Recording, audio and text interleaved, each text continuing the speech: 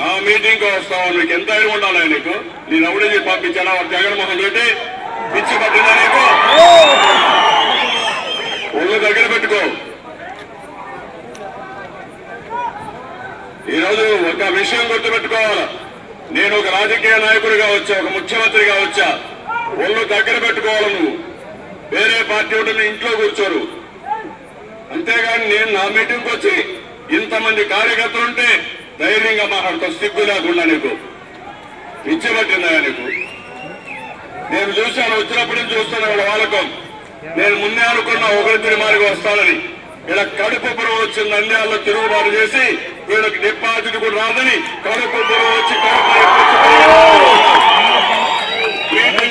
చేయాలని. నీ వల్ల కాదు, నీ నాయకుల వల్ల కాదు.